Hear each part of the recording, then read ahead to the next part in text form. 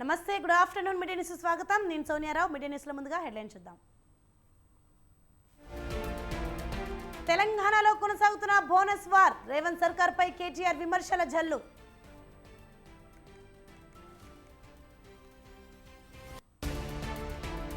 ఏపీలో ఆరోగ్యశ్రీకి 203 కోట్ల నిధులు విడుదల, ప్రైవేట్ ఆసుపత్రి డిమాండ్తో సర్కార్ నిర్ణయం.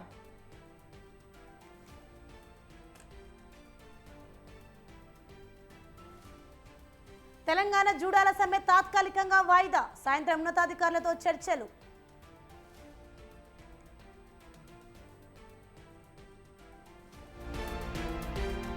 బెంగళూరు రేవ్ పార్టీ కేసు దర్యాప్తు ముమ్మరం, విజయవాడలో మూలాలున్నట్లు గుర్తింపు.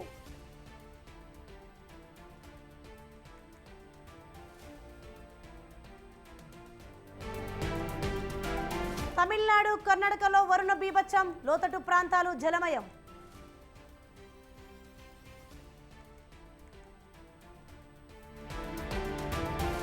అమెరికాలో ఘోర రోడ్డు ప్రమాదం, భారత సంతతికి చెందిన 3 స్టూడెంట్స్ మృతి.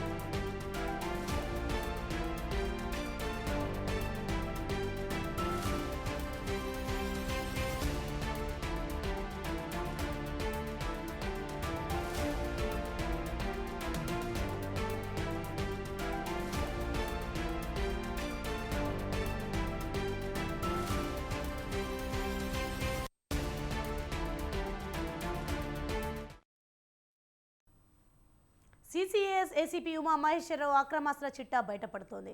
భారీ సంఖ్యలో ఆయన అక్రమాస్తులు కూడబెట్టినట్లు ఏసీబీ అధికారులు గుర్తించారు.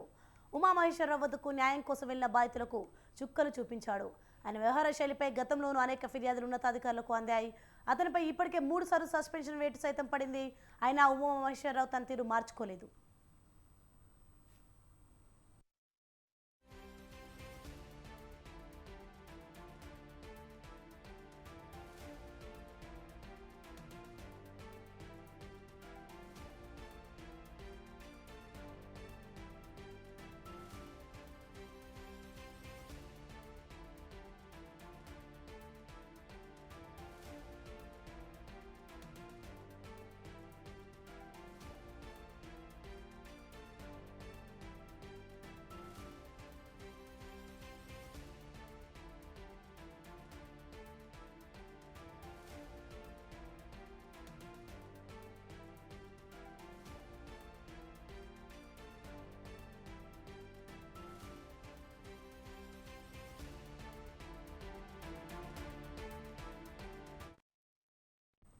బ్రేకింగ్ న్యూస్ చూస్తున్నాం. మనం సివిల్ కేసులను క్రిమినల్ కేసులుగా మార్చి లక్షల రూపాయలను ఉమా మహేశ్వరరావు జేబులో వేసుకున్నాడు. సిసిఎస్లో బాధితులకు న్యాయం చేయాల్సిన హోదాలో ఉంటూ వారితోనే బేరసారాలు సాగించాడు. ఫిర్యాదు చేయడానికి వచ్చిన ఒక ఎన్ఆర్ఐను సైతం బెదిరించి డబ్బులు దండుకున్న వైనం వెలుగులోకి వచ్చింది. ఉమా మహేశ్వరరావు బూతు పురాణం పైన సిబ్బంది పలుసార్లు అసహనం వ్యక్తం చేశారు.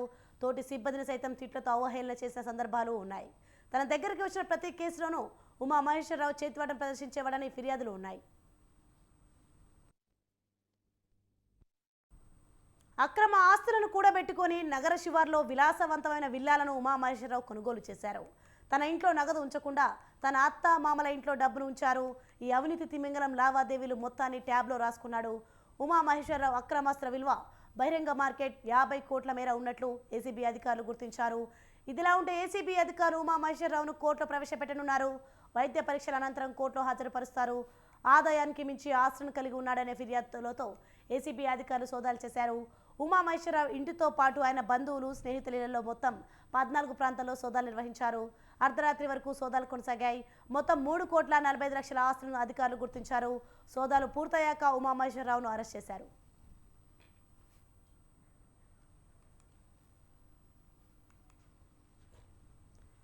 ఇదే అంశానికి సంబంధించి మరింత సమాచారం మా ప్రతినిధి ఉషా లైవ్ లో అందిస్తారు. ఉషా, చెప్పండి, సిసిఎస్ ఏసీపీ ఉమా మహేశ్వరరావు అక్రమాస్త్ర చిట్టా బయటపడుతుంది చిన్నగా, దీనిపైన అప్డేట్స్ ఏంటి? సోనీ ఆదాయానికి మించి ఆస్తుల కేసులో ఇప్పటికే ఏసీపీ ఏదైతే సిసిఎస్ ఏసీపీ అనేటువంటి ఉమామహేశ్వరరావును ఏసీబీ అధికారులు అరెస్టు చేశారు. అరెస్టు చేసిన అనంతరం బంజారాహిల్స్లోని హెడ్ క్వార్టర్స్కి తరలించారు. నిన్న రాత్రి 10 గంటల సమయంలో ఏసీబీ హెడ్ క్వార్టర్స్కి తరలించినటువంటి అధికారులు సుదీర్ఘంగా అతన్ని ప్రశ్నిస్తున్నట్టుగా తెలుస్తోంది. పలు కోణాల్లో ఏదైతే ఆస్తులకు సంబంధించి బినామీ ఆస్తులకు సంబంధించి అలాగే విల్లాలకు సంబంధించి నగదు అలాగే లావాదేవీలు ఆర్థిక లావాదేవీలకు సంబంధించినటువంటి బ్యాంక్ అకౌంట్స్ ఏదైతే ఉన్నాయో వాటన్నిటికీ సంబంధించి కూడా పూర్తి స్థాయిలో అయితే దర్యాప్తు చేస్తున్నారు. మరోవైపు చూసుకున్నట్టయితే ఇప్పటి వరకు కూడా ఏసీబీ అధికారులు దాదాపు 38 లక్షల దాకా కూడా సీజ్ చేశారు. అలాగే 17 ప్రాపర్టీస్ని అయితే ఏదైతే బినామీ ఆస్తులు ఏదైతే ఉన్నాయో వాటన్నిటిని కూడా 17 దాకా గుర్తించారు. మరోవైపు గట్కేసర్లో 5 ఫ్లాట్లు ఏవైతే ఉన్నాయో వాటన్నిటిని కూడా గుర్తించడం జరిగింది.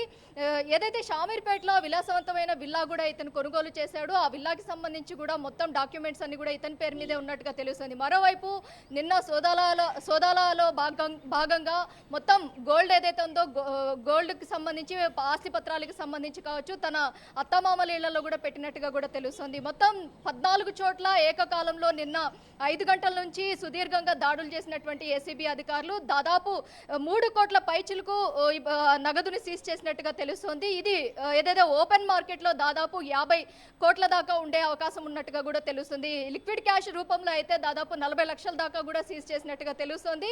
బంగారం వెండి రూపంలో దాదాపు 60 తులాల దాకా సీజ్ చేసినట్టుగా తెలుస్తుంది. మొత్తం మీద సివిల్ కేసెస్ ఏవైతే ఉన్నాయో వాటన్నిటినీ కూడా క్రిమినల్ కేసులుగా మార్చడము, ఎవరైతే నేరస్తులు ఉంటారో వారిని బెదిరించడం, వారి దగ్గర నుంచి దాదాపు కొన్ని కోట్లలో దందాలు చేశారు అన్న ఆరోపణలు కూడా ఉన్నాయి.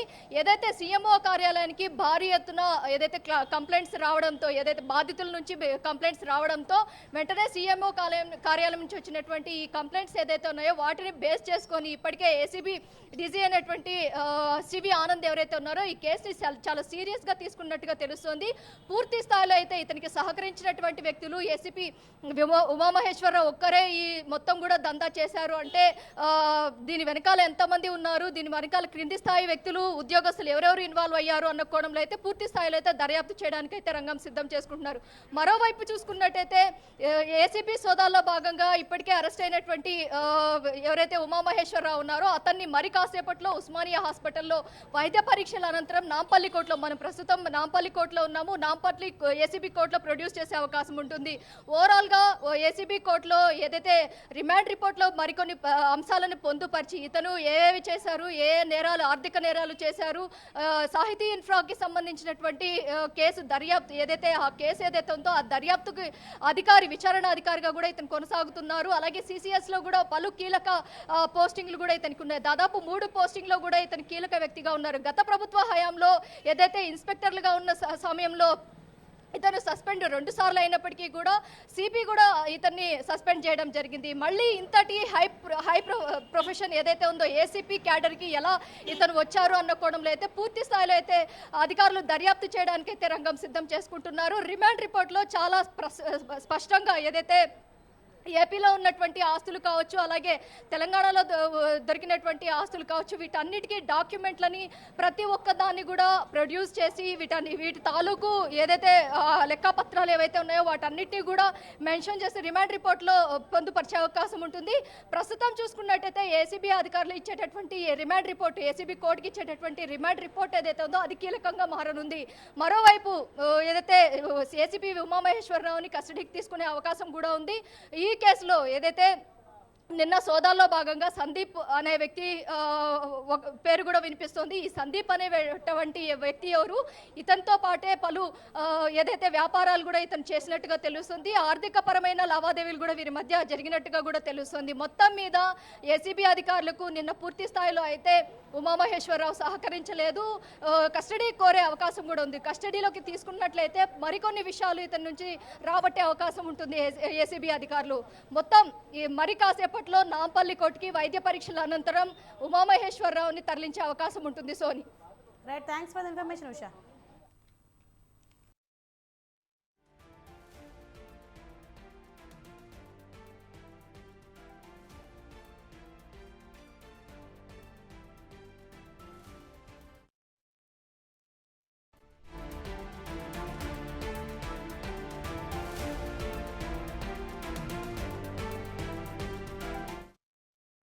బ్రేకింగ్ న్యూస్ చూస్తున్నాం. ఏపీలో కౌంటింగ్ రోజు హింసకు చెక్ పెట్టేలా పోలీసులు యాక్షన్ ప్లాన్ సిద్ధం చేశారు.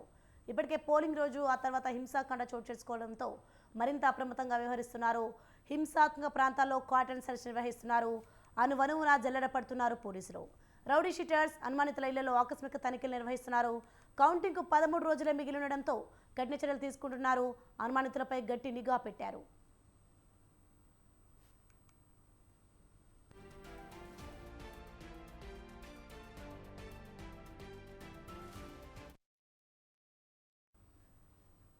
ఏపీలో పోలింగ్ రోజు ఆ తర్వాత జరిగిన అల్లర్ల నేపథ్యంలో నిఘాను పెంచింది పోలీస్ శాఖ. కౌంటింగ్ వరకు పోలీసుల కార్డన్ సెర్చ్ కొనసాగనుంది. ఎన్నికల తర్వాత అల్లర్లలో పాల్గొన్న వారిపై కొరడా జులిపిస్తున్నారు. ఎన్నికల రోజు అల్లర్లకు పాల్పడ్డ 2790 మందిని గుర్తించారు. ఎన్నికల తర్వాత అల్లర్లకు పాల్పడ్డ 1522 మందిని గుర్తించారు. కొందరిని అరెస్ట్ చేయగా మరికొందరికి 41 సిఆర్పిసి నోటీసులు జారీ చేశారు. 301 సమస్యాత్మక ప్రాంతాల్లో సోదాలు చేస్తున్నారు పోలీసులు.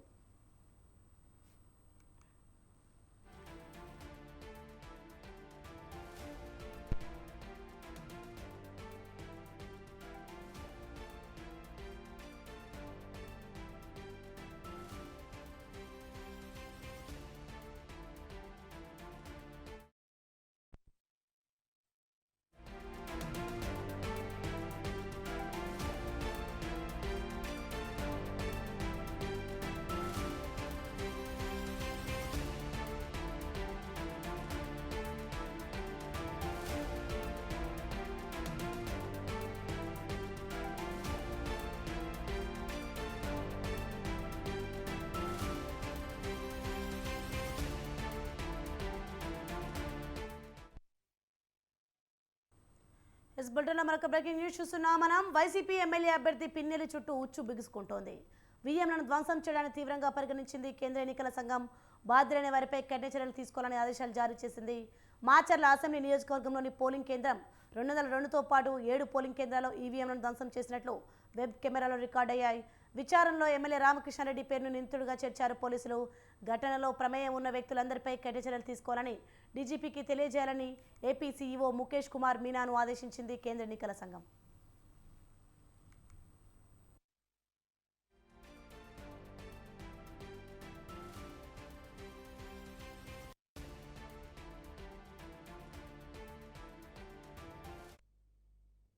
పిన్నెల్లి రామకృష్ణారెడ్డి ఒక పోలింగ్ కేంద్రంలోకి దూసుకెళ్లి ఈవీఎంను నేలకేసి కొట్టడం వెబ్ కెమెరాలో రికార్డయ్యాయి.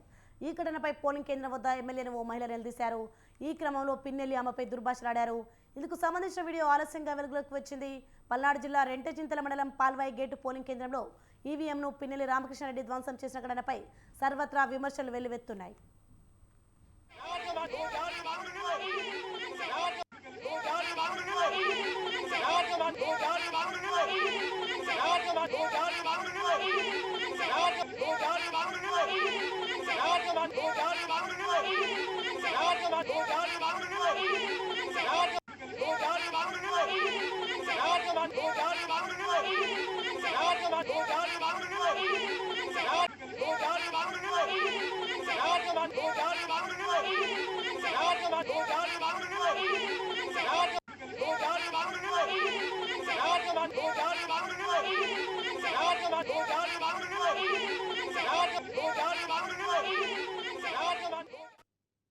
బ్రేకింగ్ న్యూస్ చూస్తున్నా. మనం మాచర్ల ఘటనపై ఎన్నికల సంఘం సీరియస్ అయింది. ఏపీ సీఈఓకు నోటీసులు పంపింది. పాల్వాయి గేట్ దగ్గర ఎమ్మెల్యే పిన్నెల్లి ఈవీఎం ధ్వంసం ఘటనపై సీఈఓను వివరణ కోరింది కేంద్ర ఎన్నికల సంఘం. ఈ ఘటనలో ఉన్నది ఎమ్మెల్యేనా అని ప్రశ్నించిన సీఈసీ, ఎమ్మెల్యే అయితే కేసు ఎందుకు నమోదు చేయలేదని ప్రశ్నించింది. కేసు పెడితే ఎమ్మెల్యేను నిందితుడిగా చేర్చారా అని నిలదీసింది. నిందితుడిగా చేరిస్తే ఎమ్మెల్యేను అరెస్ట్ చేశారా లేదా అని ప్రశ్నించింది సీఈసీ. రైట్, ఇక ఏపీలో తాజా పరిస్థితులపై మా ప్రతినిధి రమేష్ లైవ్లో అందిస్తారు. ఎస్ రమేష్, మహిళను దుర్భాషలాడిన మాచర్ల ఎమ్మెల్యే దీనిపైన అప్డేట్స్ ఏంటి?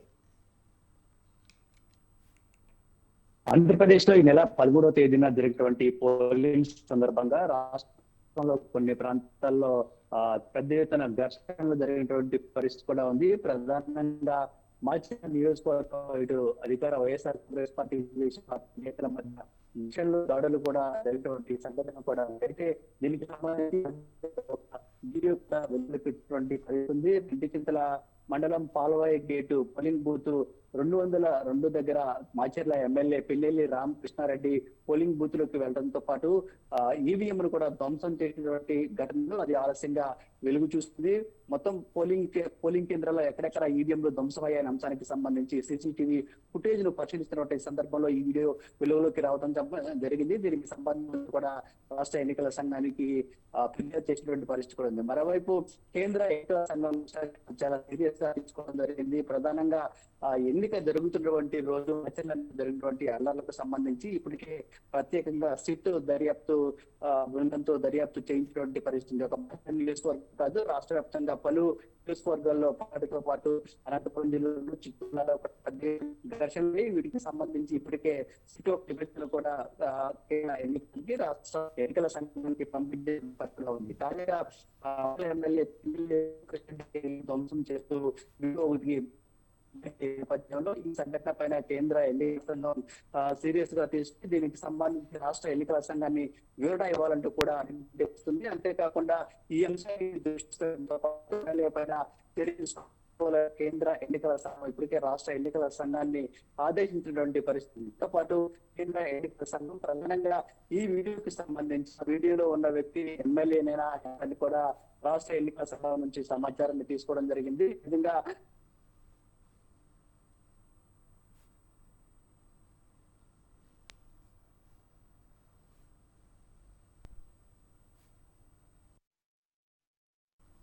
Right, thanks for the information Ramesh.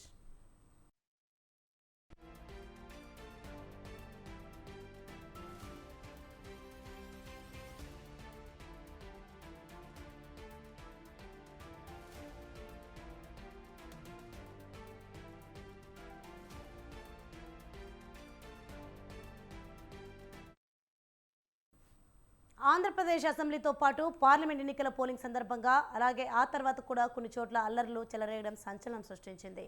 అసలు ఈ గొడవలు ఎందుకు తలెత్తాయి, విధ్వంసాలకు దారితీసిన పరిస్థితులేంటి, కారకులెవరు, ఇలాంటి అంశాలపై లోతైన సమగ్రమైన దర్యాప్తు జరిపేందుకు రంగంలోకి దిగిన సిట్ ప్రాథమిక నివేదికను రూపొందించింది. ఇందుకు సంబంధించి 150 పేజీల రిపోర్ట్ను డీజీపీకి సమర్పించారు సిట్ అధిపతి వినీత్ బ్రిజ్లాల్. ఈ నేపథ్యంలో ఆ రిపోర్ట్లో ఏముంది, ఎవరిది తప్పని సిట్ తేల్చింది. Watch the story.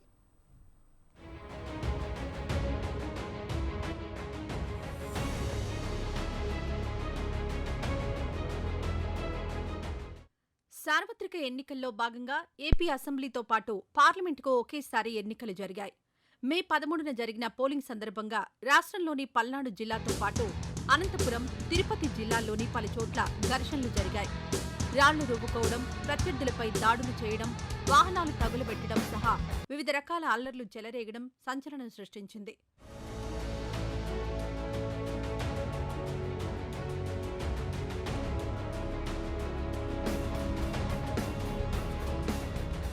ఈ అల్లర్లు, దాడులు పోలింగ్ సమయంలోనే కాదు, ఓటింగ్ పూర్తయిన తర్వాత కూడా ఇవి కొనసాగడంతో అసలేం జరుగుతుందో ఎవరికీ అర్థం కాని పరిస్థితి నెలకొంది. దీంతో ఈ మొత్తం వ్యవహారంపై సమగ్ర నివేదిక ఇచ్చేందుకు ఈసీ ఆదేశాలతో రంగంలోకి దిగింది సిట్.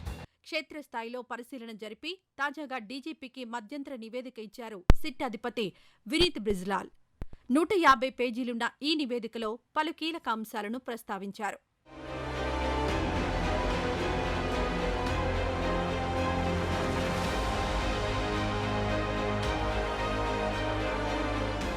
పోలింగ్ రోజు, ఆ తర్వాత కూడా ఏపీలో పలుచోట్ల చోటు చేసుకున్న ఘటనలపై దర్యాప్తు కోసం స్పెషల్ ఇన్వెస్టిగేషన్ టీం రంగంలోకి దిగినప్పటి నుంచి విస్తృతంగా దర్యాప్తు చేపట్టింది.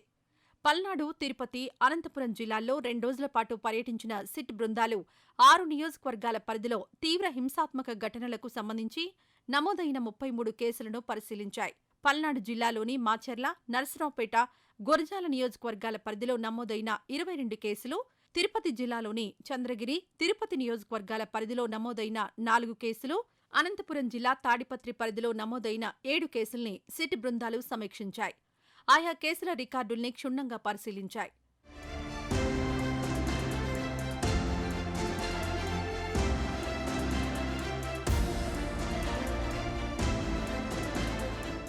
ఆయా ఘటనా స్థలాలను పరిశీలించడంతో పాటు దర్యాప్తు అధికారులు బాధిత కుటుంబాలతో మాట్లాడి వివరాలు సేకరించారు. ఈ మొత్తం ఘటనల్లో అప్పటి వరకు సేకరించిన ఆధారాలు, సాక్షుల వాంగ్మూలాలు పరిశీలించి హింసాత్మక ఘటనల తీవ్రత ఆధారంగా ఆయా కేసుల్లో సంబంధిత సెక్షన్లు వర్తింపచేశారా లేదా, నిందితులను గుర్తించారా లేదా అన్న అంశాలపై విచారణ జరిపారు. అయితే ఈ సందర్భంగా పలు కేసుల్లో అవసరమైన సెక్షన్లు పెట్టకుండా తేలికపాటి సెక్షన్ల కింద కేసు నమోదు చేశారని గుర్తించినట్లు నివేదికలో పేర్కొన్నారు.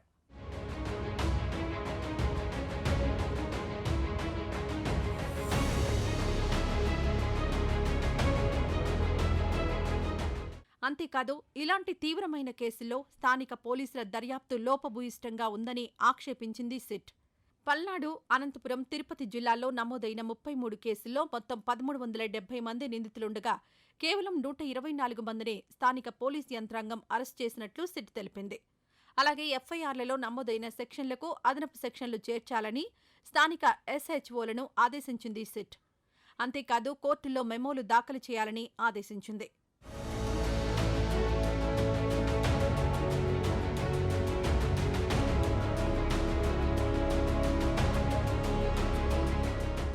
మరోవైపు అల్లర్ల సందర్భంగా ప్రాణాంతకమైన ఇనుప రాడ్లు, కత్తులు, సమ్మెటలు, రాళ్ల దాడులతో పరిస్థితి ఉద్రిక్తంగా మారినా, ఆందోళనలు పెద్ద ఎత్తున చోటు చేసుకున్నా ఆ స్థాయిలో ఐపీసీ సెక్షన్లు నమోదు చేయలేదంటూ తన ప్రాథమిక రిపోర్టులో పేర్కొంది సిట్. ఎన్నికల కోడ్ అమల్లో ఉన్నప్పుడు పోలింగ్ రోజు జరిగిన విధ్వంసం కేసుల్లో ప్రజాప్రాతినిధ్య చట్టం ప్రస్తావనే లేకపోవడం ఆశ్చర్యకరంగా ఉందని నివేదికలో తెలిపింది. అల్లర్లకు బాధ్యులెవరు, బాధితులెవరు, నిందితులు ఎవరైనా వారి వెనుక ఉన్నది ఎవరు, వారికి సహకరించిన పోలీసులు, రాజకీయ పార్టీల కుట్రలు, ఈ మొత్తం ఆందోళనలో ఏవైనా ఉన్నాయా అంటూ పలు కోణాల్లో దర్యాప్తు చేసింది సిట్.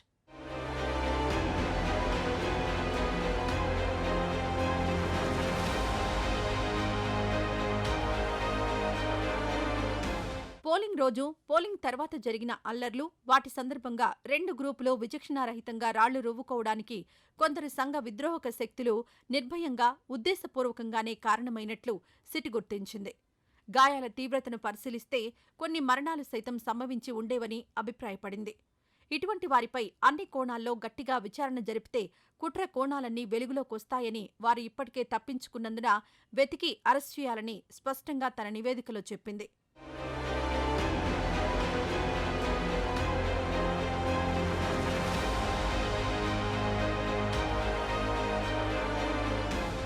ఇక ఇప్పటికే అరెస్ట్ చేసిన వారు కాకుండా మిగిలిన నిందితులను వీలైనంత త్వరగా అరెస్ట్ చేయాలని సూచించింది సిట్. అలాగే హింసాత్మక దాడులకు సంబంధించిన కుట్రదారులను గుర్తించి కస్టడీలోకి తీసుకుని విచారించాలని అభిప్రాయపడింది. ఇప్పటికే జిల్లా స్థాయిలో ఏర్పాటైన దర్యాప్తు బృందాలను మరింత బలోపేతం చేసి అవసరమైతే అందుబాటులో ఉన్న అధునాతన సాంకేతికతను ఉపయోగించి నిందితులు ఎక్కడున్నా అరెస్ట్ చేయాలని ఆదేశించింది. సిట్ అధిపతి నుంచి నివేదికను అందుకున్న డీజీపీ ఆ బృందం చేసిన సూచనలు పరిగణలోకి తీసుకుని పకడ్బందీగా దర్యాప్తు పూర్తి చేయాలని ఆయా జిల్లాల ఎస్పీలు, గుంటూరు రేంజ్ ఐజీ, అనంతపురం డీఐజీకి ఆదేశాలు జారీ చేశారు. సిట్ ఇచ్చిన నివేదికను కేంద్ర ఎన్నికల కమిషన్కు పంపించారు ఏపీ డీజీపీ.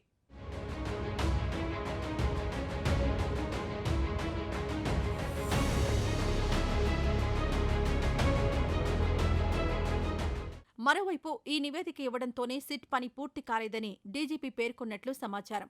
ఇప్పటికీ కేవలం 124 మందిని అరెస్ట్ చేశారని, మరో 91 మందికి 41A నోటీసులిచ్చారని, దీంతో మిగిలిన వారిని కూడా అరెస్ట్ చేసి ఛార్జ్షీట్లు వేయాలని సిట్ సభ్యులు సూచించిన నేపథ్యంలో స్థానిక పోలీసుల సహకారంతో వారే ఆ పని సైతం చేయాలని ఆదేశించినట్లు తెలుస్తోంది.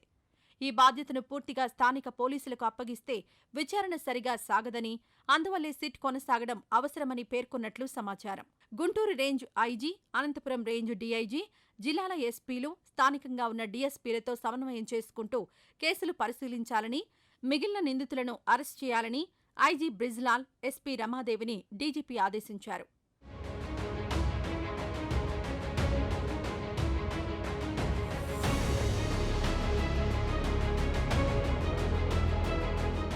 మొత్తం మీద సిట్ ప్రాథమిక నివేదిక కేంద్ర ఎన్నికల సంఘానికి పంపడంతో ఇప్పుడు పరిస్థితులు ఎలా ఉంటాయనేది ఆసక్తికరంగా మారింది.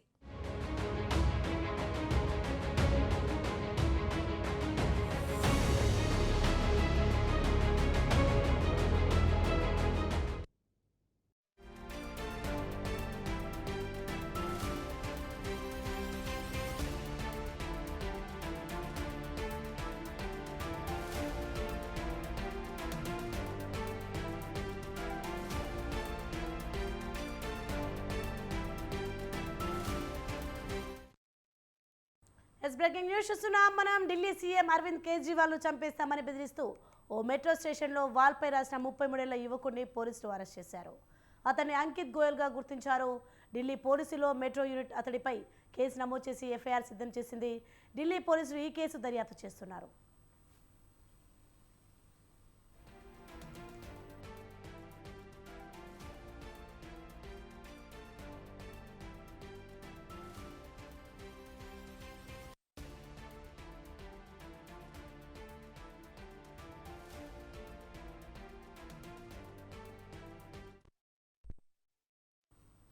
కాకినాడలో ఓ మహిళపై దాడి జరిగింది.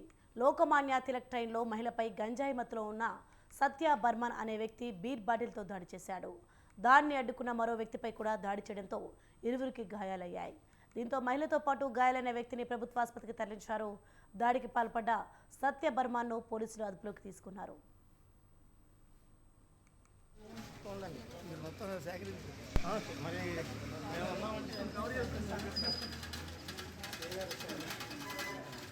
బాగా చేసుకున్నారా? మీటింగ్ పెట్టాను, అంతకంటే గొప్ప పండుగ ఏం లేదు. ఆధార్ కార్డు ఉందండి, మీరు మొత్తం సేకరించి మరి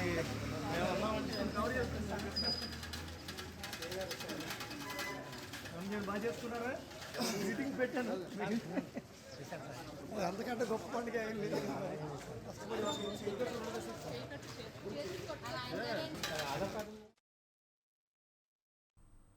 పశ్చిమ గోదావరి జిల్లా వీరవాసరం మట్టి మాఫియాకు కేర్ ఆఫ్ అడ్రస్గా మారింది.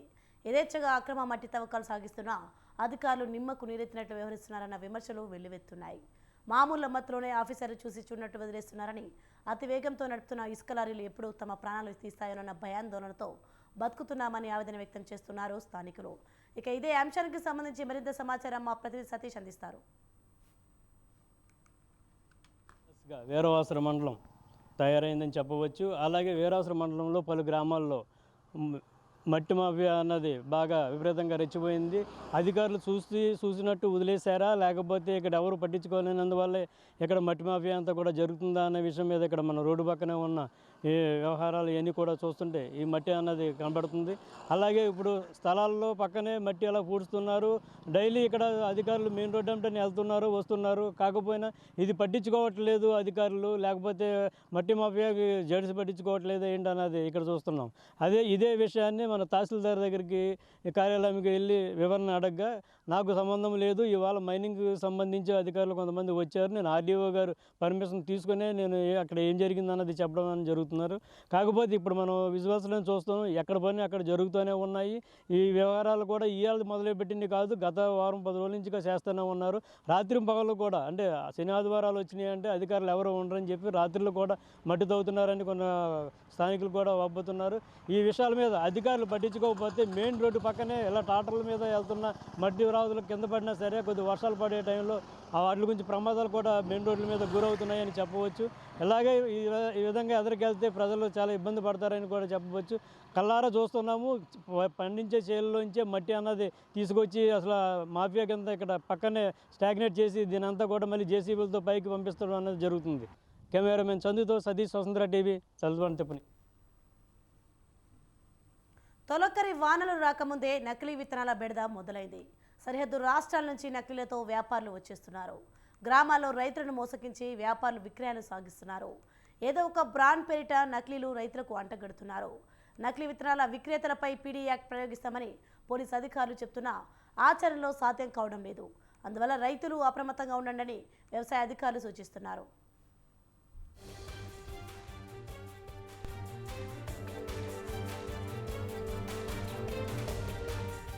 వానాకాలం సీజన్ మొదలైంది. రైతులు విత్తనాల సేకరణలో నిమగ్నమయ్యారు. ప్రభుత్వం విత్తనాలను విక్రయించడం లేదు. దీంతో రైతులకు పేరొందిన కంపెనీల విత్తనాలను తక్కువ ధరకే ఇస్తామని నమ్మిస్తూ వ్యాపారులు గ్రామాల్లోకి వచ్చి నకిలీ విత్తనాలను అంటగడుతున్నారు. ఉమ్మడి ఆదిలాబాద్ జిల్లాలోని బైంసా, బోధు, ఉట్నూరు తదితర డివిజన్లలో ఈ నకిలీ విత్తనాల దందా జోరుగా సాగుతుంది. జిన్నింగు మిల్లుల నుంచి తెచ్చిన పత్తి గింజలు, మార్కెట్లలో కొన్న మొక్కజొన్నలు, మిరపగింజలు, సాధారణ పద్ధతిలో సేకరించిన విత్తనాలకు విత్తన శుద్ధి మందులను పట్టించి అందమైన కవర్లు, డబ్బాల్లో నింపి ప్రముఖ కంపెనీ పేరిట కొత్త కంపెనీ విత్తనాలని రైతులకు అంటగడుతున్నారు. అసలైన విత్తనాల డబ్బాలపై, బస్తాలపై పూర్తి వివరాలు టేబుల్ రూపంలో ఉండాలి. బ్యాచ్ నెంబర్ ఉండాలి. కానీ నకిలీ విత్తనాలకు ఏమీ ఉండవు. కొందరు ఏజెంట్లను పెట్టుకుని అక్రమంగా అమ్మకాలు సాగిస్తున్నారు. తక్కువ ధర, అధిక దిగుబడి, త్వరగా పంట చేతికొస్తుందని నమ్మిస్తూ నకిలీ విత్తనాలను అంటగడుతున్నారు. దేశంలో విత్తన అభివృద్ధికి ప్రధాన కేంద్రం తెలంగాణ రాష్ట్రం. తెలంగాణ రాష్ట్రంలో చాలా వరకు విత్తనాభివృద్ధి జరిగి విత్తనాలు తయారు చేస్తుంటా ఉంటారు. అయితే తెలంగాణ రాష్ట్రంలో ప్రధానంగా ఉమ్మడి ఆదిలాబాద్ జిల్లాలోని బైన్సా పట్టణంలో, బైన్సా పరిసర ప్రాంతాల్లో నకిలీ విత్తనాల సమస్య చాలా బాగా ఉన్నది. బైన్సా ప్రాంతము మహారాష్ట్రకు దగ్గర ఉండే ప్రాంతము, మహారాష్ట్ర సరిహద్దులో ఉండేటువంటి ప్రాంతము. మహారాష్ట్రలో ఏదైతే అన్రిజిస్టర్డ్గా, అంటే రిజిస్టర్ చేసుకోలేని కంపెనీలు వాళ్ళు అక్రమంగా నకిలీ విత్తనాలు తయారు చేసి అక్రమంగా ఆ సరిహద్దుల గుండా తెలంగాణ రాష్ట్రంలోని బైన్సా పరిసర ప్రాంతాలకు తరలించడం ద్వారా అవి కొనుగోలు చేస్తున్నటువంటి రైతులపై చాలా సమస్య పెరిగిపోతున్నది. విత్తనాల విక్రయాల సందర్భంగా వాటికి రసీదు ఇవ్వడం లేదు. నకిలీ విత్తనాల దందా కట్టడి చేసేందుకు ప్రభుత్వం దాడులు, తనిఖీలు నిర్వహిస్తున్నా ఆగడం లేదు. దీంతో అమాయక రైతులు నష్టపోతున్నారు. నకిలీ విత్తనాలు మొలకెత్తినా పైరు ఎదగదు, చీడపీడలను తట్టుకోలేదు. విత్తనాలు నాటిన తర్వాత 10 రోజుల తర్వాతనే ఇవి నకిలీవని గుర్తించగలుగుతారు. అప్పుడు రైతులు మోసపోయినట్లు గుర్తించిన ఆ విక్రయదారుడు జాడ తెలియదు. ఖరీఫ్ వ్యవసాయ సీజన్ ప్రారంభమైంది. అన్నదాతలు వ్యవసాయానికి సంబంధించినటువంటి అంతా కూడా సిద్ధం చేసుకుంటున్నటువంటి పరిస్థితి ఒకవైపు ఉన్నది. మరి ఇలాంటి పరిస్థితుల్లో నకిలీ విత్తనాలకు సంబంధించినటువంటిది ప్రతి సంవత్సరం ఇవాళ రైతులు నష్టపోతూనే ఉన్నారు. విత్తన డీలర్లు నకిలీ విత్తనాలను సప్లై చేస్తూ ఇవాళ రైతుల జీవితాలతోటి చెలగాటమాడుతున్నటువంటి పరిస్థితి ఒకవైపు కొనసాగుతూ ఉంది. ప్రతిసారి నకిలీ విత్తనాలను అరికడుతున్నామని చెప్పి అధికారులు చెప్తూ ఉన్నారు. కింద నుంచి పై వరకు కూడా అందరూ కూడా నకిలీ విత్తనాలు అమ్మినటువంటి వాళ్ళపైన మేము చర్యలు తీసుకుంటున్నామని చెప్తున్నారు. కానీ నామకే వాస్తే కేసులు పెట్టడం, వారిని వదిలేయడం వల్ల వాళ్ళు విచ్చలవిడిగా వాళ్ళ కోట్లాది రూపాయలు సంపాదించుకోవడానికి అలవాటు పడ్డటువంటి ఇలా నకిలీ విత్తన అమ్మకదారులు వాళ్ళు పెద్ద మొత్తంలో రైతాంగాన్ని మోసం చేస్తున్నటువంటి పరిస్థితిలో ఇవాళ మొలకెత్తలేనటువంటి పరిస్థితుల్లో కూడా ఇవాళ వేల రూపాయలు నష్టపోతున్నటువంటి పరిస్థితి ఉన్నది. ఆంధ్రప్రదేశ్, మహారాష్ట్ర, కర్ణాటక, ఛత్తీస్గఢ్, గుజరాత్ నుంచి నకిలీ విత్తనాలను రాష్ట్రంలోకి అక్రమంగా తరలిస్తున్నారు. సరిహద్దు ప్రాంతాల్లో చెక్పోస్టుల వద్ద భద్రతను కట్టుదిట్టం చేసిన వ్యాపారులు అనేక విధాలుగా తెలంగాణ రాష్ట్రానికి నకిలీ విత్తనాలను తీసుకొస్తున్నారు. అధిక శాతం రైళ్ల ద్వారానే ఈ నకిలీ విత్తనాల రవాణా అవుతున్నాయి. ప్రముఖ విత్తన కంపెనీలు పక్కాగా నాణ్యత పరీక్షలు నిర్వహించిన తర్వాతే మార్కెట్లోకి విత్తనాలను విడుదల చేస్తాయి. అయితే ఈ పరీక్షలు విఫలమైన విత్తనాలను కొందరు వ్యాపారులు సేకరించి ఏదో ఒక బ్రాండ్ పేరిట రైతులకు అంటగడుతున్నారు. దీనివల్ల రైతులు అప్పుల పాలై ఆత్మహత్యలు చేసుకునే పరిస్థితి వస్తుంది. కనుక సంబంధిత అధికారులు ఈ నకిలీ విత్తనాల బెడద నుంచి కాపాడాలని కోరుతున్నారు రైతులు.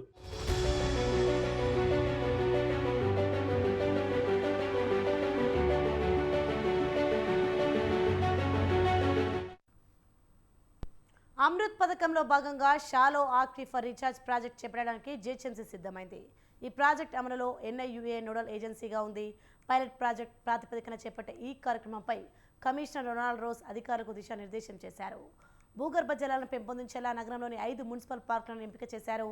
ఖైరతాబాద్ జోన్లో KLN Yadav park, Serilingampally techno park, Secunderabad Indira park, LB Nagar జోన్లోని హబ్సిగూడ, కాకతీయ నగర్ కాలనీ పార్క్, సైనిక్పురి ఈ సెక్టార్ పార్కులను గుర్తించింది.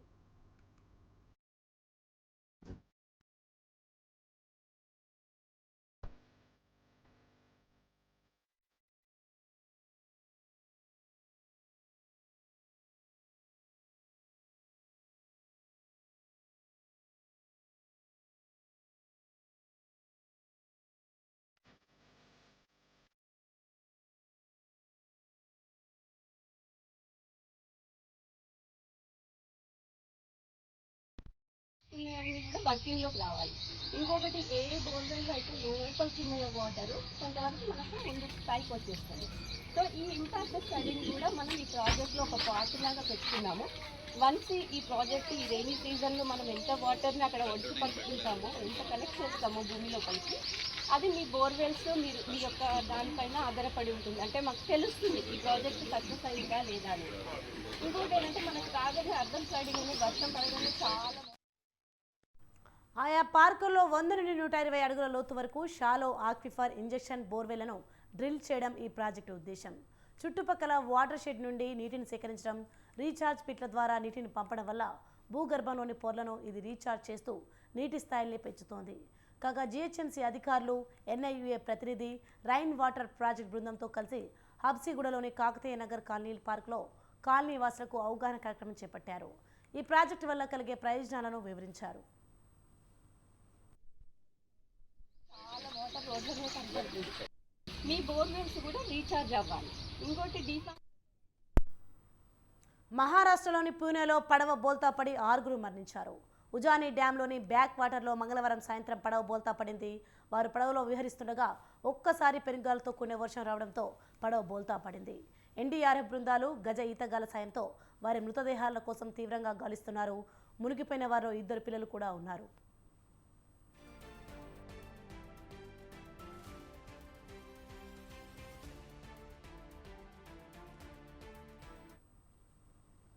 ఉత్తరాదిన అధిక ఉష్ణోగ్రతలతో జనం అల్లాడుతున్నారు. ఢిల్లీ రాజధాని ప్రాంతంలో దాదాపు 48 డిగ్రీల సెల్సియస్ నమోదైంది. గుజరాత్లో రెడ్ అలర్ట్ ప్రకటించారు.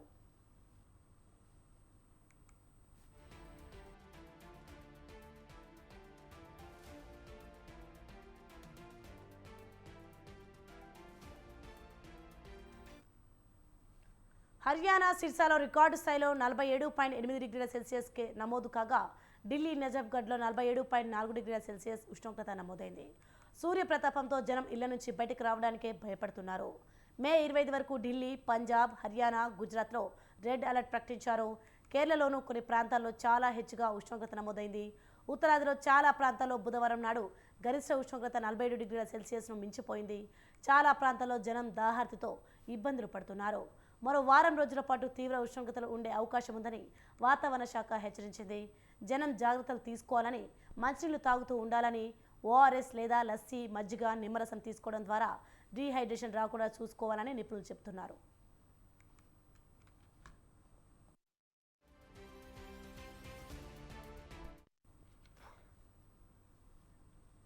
రాజస్థాన్లోని పిలానీలో 47.2 డిగ్రీల సెల్సియస్, పంజాబ్ బటిడా ఎయిర్పోర్ట్ వద్ద 46.6 డిగ్రీల సెల్సియస్, ఆగ్రాలో 46.6 డిగ్రీల సెల్సియస్, గుజరాత్ సుందర్ నగర్లో 45.4 డిగ్రీల సెల్సియస్ ఉష్ణోగ్రత నమోదయ్యాయి.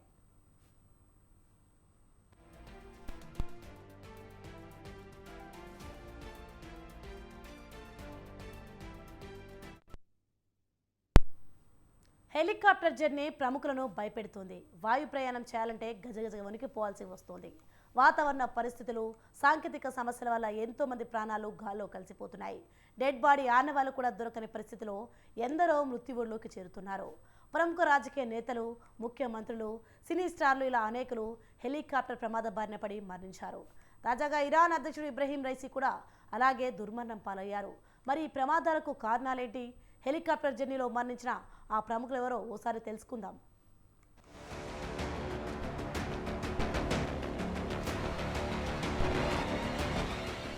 అభివృద్ధి పనుల ప్రారంభానికి వెళ్లిన ఇరాన్ అధ్యక్షుడు ఇబ్రహీం రైసీ తిరిగిరాని లోకాలకు వెళ్లారు. ఆయనతో పాటు ఆ దేశ విదేశాంగ మంత్రి హుస్సేన్ అమీర్ అబ్దుల్లాహియన్ హెలికాప్టర్ ప్రమాదంలో మరణించారు. ఇరాన్, అజర్బైజాన్ సరిహద్దుల్లో నిర్మించిన కిజ్ కలాసి, కొదాఫరిన్ అనే 2 డ్యాంలను ఇబ్రహీం రైసీ ఆదివారం ప్రారంభించారు. ఆ తర్వాత తబ్రిజ్ నగరానికి వెళ్తుండగా ఈ విషాద ఘటన చోటు చేసుకుంది. అమెరికాలో తయారైన బెల్ 212 హెలికాప్టర్ ఆదివారం జరిగిన ప్రమాదంలో పూర్తిగా కాలిపోయింది. హెలికాప్టర్ పర్వత శిఖరాన్ని ఢీకొట్టినట్లు అక్కడ చిత్రాలు చూపించాయి. వాతావరణం అనుకూలించలేకపోవడం వల్లే ఈ ప్రమాదం జరిగినట్లు భావించారు. ప్రమాదం గురించి తెలిసిన వెంటనే గాలింపు చర్యలు ముమ్మరం చేశాయి రెస్క్యూ బృందాలు. శిథిలాలను చేరుకోవడానికి వారు రాత్రంతా శ్రమించారు. వాతావరణం సరిగ్గా లేకపోవడం, మంచు తుఫాను కారణంగా ప్రమాద స్థలాన్ని కనుగొన్నా వెంటనే అక్కడికి చేరుకోలేకపోయారు. ప్రయాణికులలో ఎవరూ బతికినట్లు ఆనవాళ్లు కనిపించలేదని ఇరాన్ నాయకుడు ఫిర్హోసేన్ కొలివాన్ తెలిపారు. 2021లో ప్రెసిడెంట్గా ఎన్నికైన 63 ఏళ్ల ఇబ్రహీం రైసీ దేశంలో కఠినమైన నైతిక చట్టాలను అమలు చేశారు. ప్రభుత్వ వ్యతిరేక నిరసనలను హింసాత్మకంగా అణచివేశారు. తన పదవీ కాలంలో ప్రపంచ దేశాలతో అణుశక్తికి సంబంధించిన చర్చలను ప్రోత్సహించారు.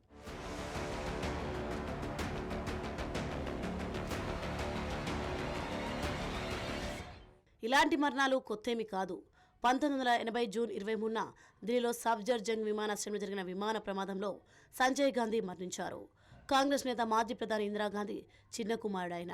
ఇక జాతీయ స్థాయిలో మంచి గుర్తింపున్న నేత కాంగ్రెస్ సీనియర్ ప్రస్తుత పౌర విమానయాన శాఖ మంత్రి జ్యోతిరాదిత్య సింధియా తండ్రి మాధవరావు సింధియా విమాన ప్రమాదంలోనే దుర్మరణం చెందారు. 2001 సెప్టెంబర్ 30న కాన్పూర్లో జరిగిన ఈ ఘటనలో సింధియా సహా 7 మరణించారు. అలాగే ఉమ్మడి ఆంధ్రప్రదేశ్ను సైతం ఈ హెలికాప్టర్ ప్రమాదాలు చాలాసార్లు భయపెట్టాయి, ఎన్నో విషాదాలను నింపాయి. ముఖ్యంగా ఉమ్మడి ఏపీ ముఖ్యమంత్రిగా రెండోసారి బాధ్యతలు చేపట్టిన కొద్ది రోజులకే హెలికాప్టర్ ప్రమాదంలో వైఎస్ రాజశేఖర రెడ్డి మృతి చెందారు.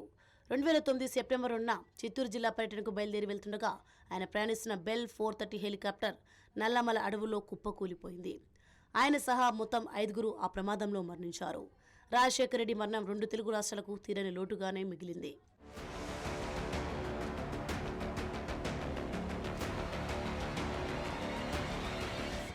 అంతకుముందు కూడా ఉమ్మడి ఏపీకి చెందిన ఓ కీలక నేత హెలికాప్టర్ ప్రమాదంలోనే దుర్మరణం చెందారు. అప్పటి లోక్సభ స్పీకర్ టీడీపీ నేత జీఎంసీ బాలయోగి హెలికాప్టర్ ప్రమాదంలో అనూహ్యంగా మరణించారు.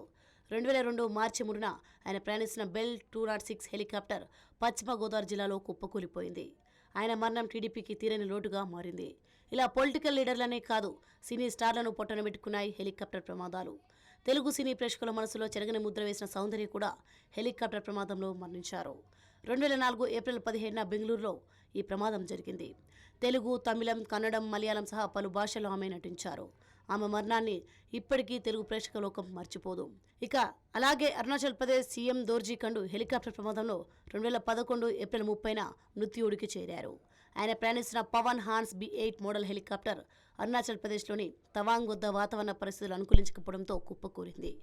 ఈ ఘటనలో ఆయనతో పాటు మరో 4 మరణించారు. దేశంలో అత్యంత శక్తివంతమైన సైనికాధికారి బిపిన్ రావత్ కూడా హెలికాప్టర్ ప్రమాదంలో మృతి చెందారు. బిపిన్ రావత్ భారత్కు తొలి త్రివిధ దళాలకు అధిపతిగా చరిత్రలోకి ఎక్కారు. ఈ ఘోర ప్రమాదంలో బిపిన్ భార్య సహా 13 మంది మృతి చెందారు.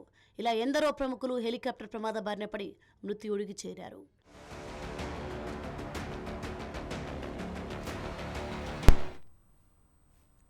SKV Bulletin updates. For more updates, keep watching Swadhantra News.